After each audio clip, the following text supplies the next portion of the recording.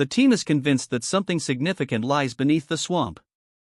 Standing near the shore, in an area rich with history, they prepare to investigate a site that has seen considerable activity over the years.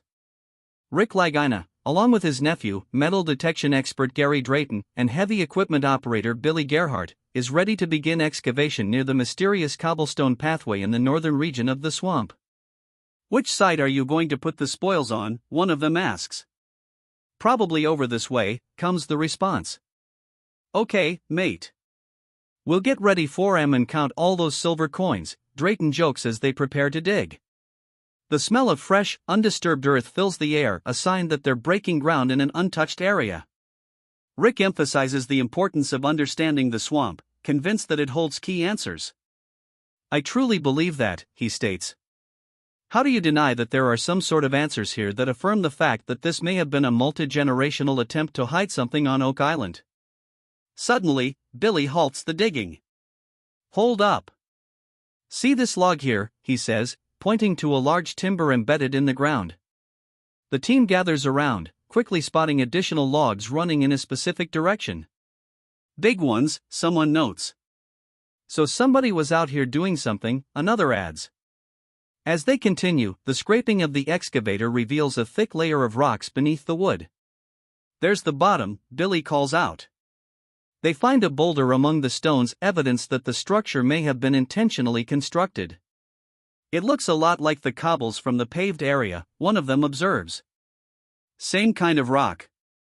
"But you don't see this kind of rock on the beach," another chimes in, puzzled by the discovery. Their attention shifts to another find, a log embedded north-south with large timbers running east-west above it. The structure appears deliberate, and as they examine a pile of stones stacked atop each other with no material in between, they recall an earlier analysis from Dr. Spooner. "I remember when Dr. Spooner looked at the paved area, he said that's not common in nature," Rick remarks. The discovery raises a flood of questions. For now, they decide to stand down and bring in Tom Nolan for his expertise. Tom, the son of the late treasure hunter Fred Nolan, arrives to examine the discovery. As he looks over the logs, he estimates the structure extends at least 14 feet. "We never really found that end, and we never really found this end," he notes. The logs are massive, buried beneath a substantial root structure, suggesting they have been there for a long time. Tom shakes his head.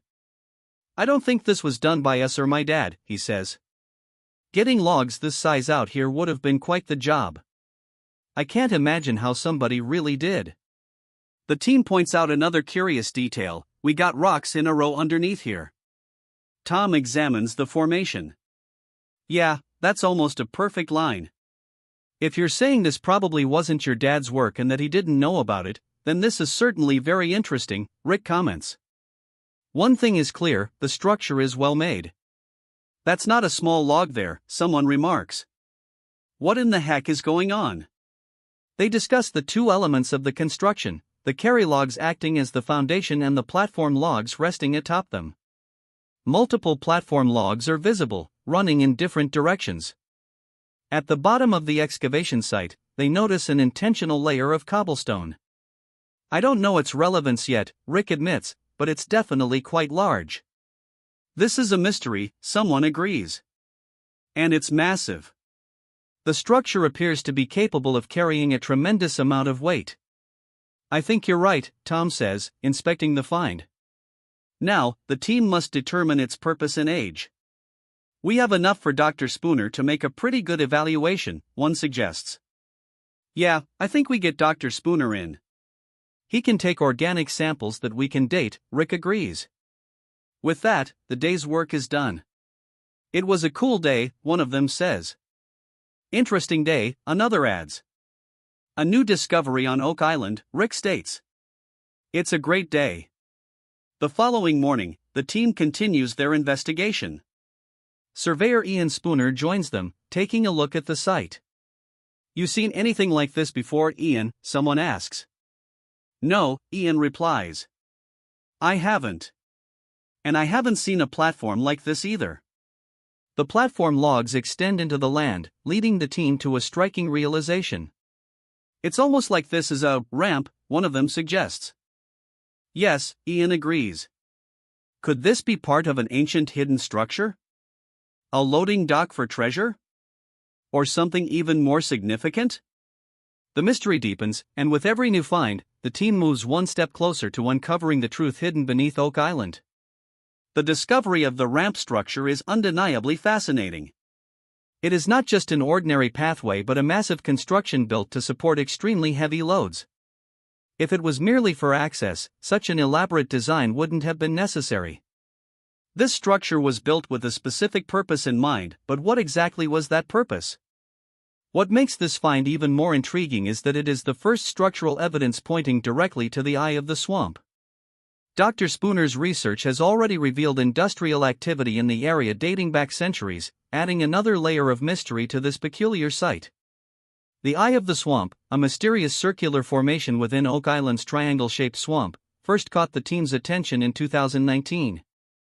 The area, where vegetation never seemed to grow, was drained, revealing a carefully arranged formation of large boulders. Due to its eerie resemblance to the Masonic all-seeing eye, the team dubbed it the Eye of the Swamp. This site became even more intriguing when organic material analysis dated its construction between 1680 and 1700, suggesting significant human activity at that time. As the investigation continues, Ian notices a small rock wedged between a wooden beam and a larger rock. This seemingly minor detail could hold major significance if the lowest piece of wood resting on the rocks can be accurately dated. It would confirm that the rock formation predates the wood. If this entire structure dates back to the same period as the Eye of the Swamp, it could support the long-standing theory about William Phips. Sir William Phips, a 17th-century English treasure hunter and politician, is suspected of having buried treasure in Oak Island's legendary Money Pit. In 1687, Phips salvaged treasure from the Spanish galleon Concepcion, which had sunk near the Dominican Republic in 1641.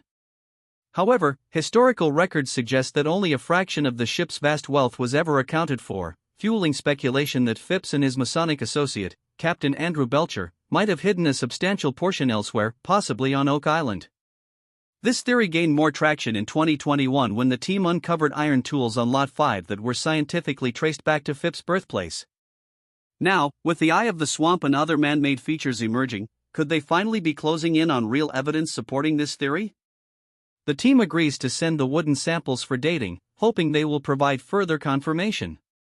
The entire area seems to have been intentionally designed, perhaps as a stable working platform in the bog. If the dates align with the late 1600s, it could solidify the link to Phips' treasure. Their plan is clear: continue excavating along this line, searching for metal artifacts, bobby dazzlers, and other top-pocket finds. There are still many unanswered questions, but one thing is certain: the hunt is far from over, and Oak Island may yet reveal its secrets.